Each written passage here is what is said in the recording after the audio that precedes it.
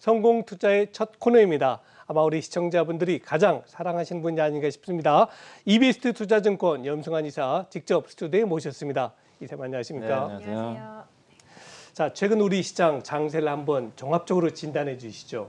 사실 제가 오늘 한마디 좀 준비해 온 게 뭐냐면은 이제 주식 투자는 사실 기업에 투자하는 거잖아요. 사실 어떻게 보면. 근데 왜 이걸 말씀드리냐면은 너무 불안해들 하시더라고요. 뭐냐면 이제 추석 연휴 또 연휴 말미에 FMC가 또 있고 네. 그리고 각종 경제 지표들이 또 나오고 너무 그러니까 뭐라 그러냐면 너무 이렇게 좁은 시각에서 당장 시장 내일 어떻게 될까 요것만 보고 계세요.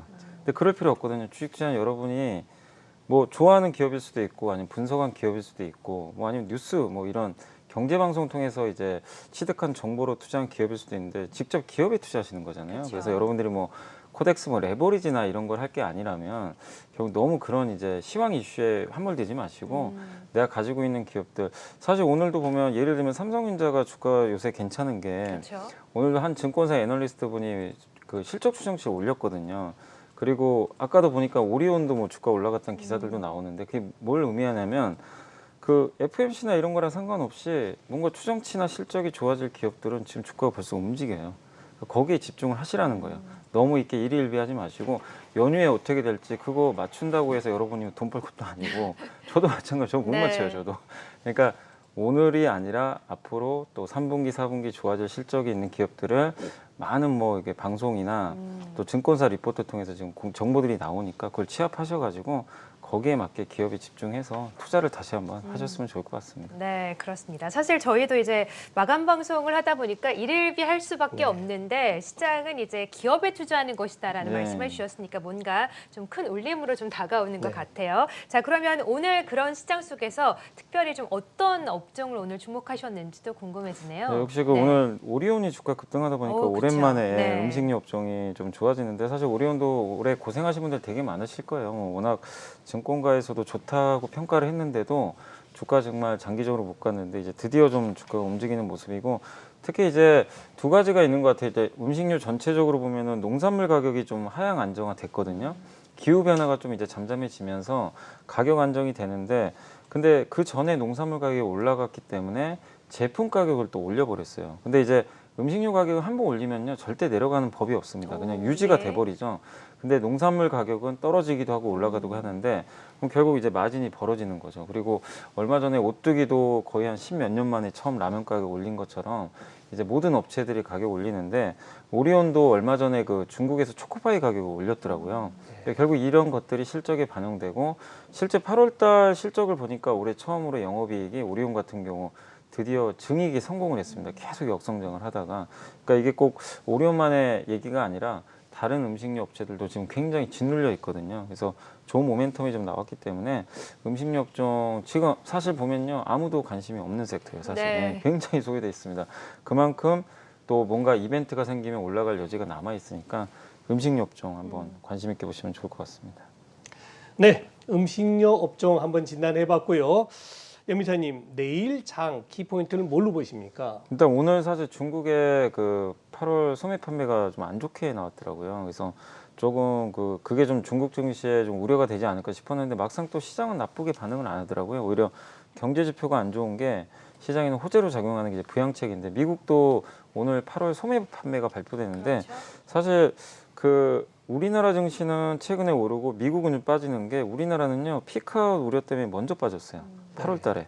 근데 미국은 지금 피크아웃 우려가 나오거든요. 그러니까 한 달 차이로 약간 미국과 한국이 좀 다른데 결국 미국도 좀 앞으로 그러니까 시장을 볼 때는 데이터가 중요할 것 같긴 해요. 미국 시장도. 그래서 8월에 소매 판매 데이터가 오늘 어떻게 나올지 거기에 따라서 또 테이퍼링의 속도도 좀 결정될 수 있으니까 지켜보시고 그다음에 바이오 기업들이 오늘 정말 모처럼 좋더라고요. 그렇죠. 예, 오늘 네. 좀 부진했다고 셀트리온도 좋긴 한데 유럽에서 종양학회가 이제 오늘부터 열리거든요. 21일까지. 그래서 관련된 아마 임상 데이터를 발표하는 기업들이 여러 개 있으니까 한번 좀 체크를 하시면 좋겠고 그리고 하나가 더 있는 게 내일 또 SK 이노베이션 많은 네. 분들이 또 투자하고 계시잖아요. 물적 분할 주주총회 있거든요. 근데 예. 국민연금은 반대했다라고 하는데 또 어떤 결과 나올지 한번 거기까지 체크해 보시면 좋겠습니다. 네, 자, 앞으로 시장에서 체크해야 될 키포인트까지 함께 짚어주셨고요.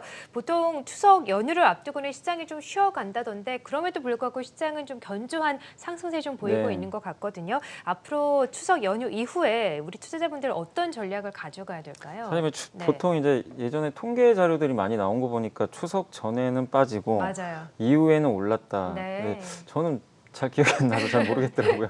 네. 근데 저도 제 기억에는 연휴 이후에 그렇게 나빴던 기억은 사실 별로 없는 것 같긴 해요. 근데 저 디테일하게 기억은 안 나는데 근데 그게 이제 우리나라 증시 같은 경우 만약에 미국처럼 8월에 오르고 그랬다면은 추석 이후에도 재미없었을 수도 있는데 한국은 사실 이런 우려를 먼저 반영을 했어요. 그러니까 오히려 이게 좀 약이 되는 것 같아요, 사실. 그래서 연휴 이후에는 좀 주가 지수 저도 좀 개인적으로 반등하지 않을까. 그리고 특히 FMC가 어떻게 끝날지는 모릅니다. 그때 테이퍼링 얘기를 할 수도 있고 뭐 아무것도 아닌 것처럼 끝날 수 있는데 사실 뭐 그거보다도 불확실성이 어쨌든 하나가 해소될 수 있다는 측면에서 저는 뭐 결과 여부를 떠나서 좀 시장에는 긍정적으로 좀 작용하지 않을까 일단 이렇게 좀 보고 있습니다. 그리고 10월 되면 삼성전자부터 또 실적 발표 들어가거든요. 그러니까 추석 연휴 이후에 한 일주일 정도 지나면은 바로 실적 시즌이 또 시작이 돼요. 근데 아까 말씀드린 대로 삼성전자 지금 추정치가 드디어 올라가기 시작했어요. 한 애널리스트가 물론 썼지만 이게 보통 한 애널리스트가 올려주기 시작하면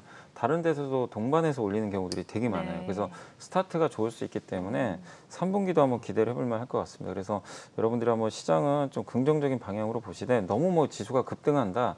그러긴 당연히 좀 어렵겠지만 점진적인 우상향은 좀 가능할 것 같고요. 그리고 아까 말씀드린 대로 지수보다는 저는 계속 좀 기업에 집중하셨으면 좋겠고 요새 트렌드가 뭐냐면요. 뭔가 플러스 알파가 있는 기업들이 굉장히 강합니다.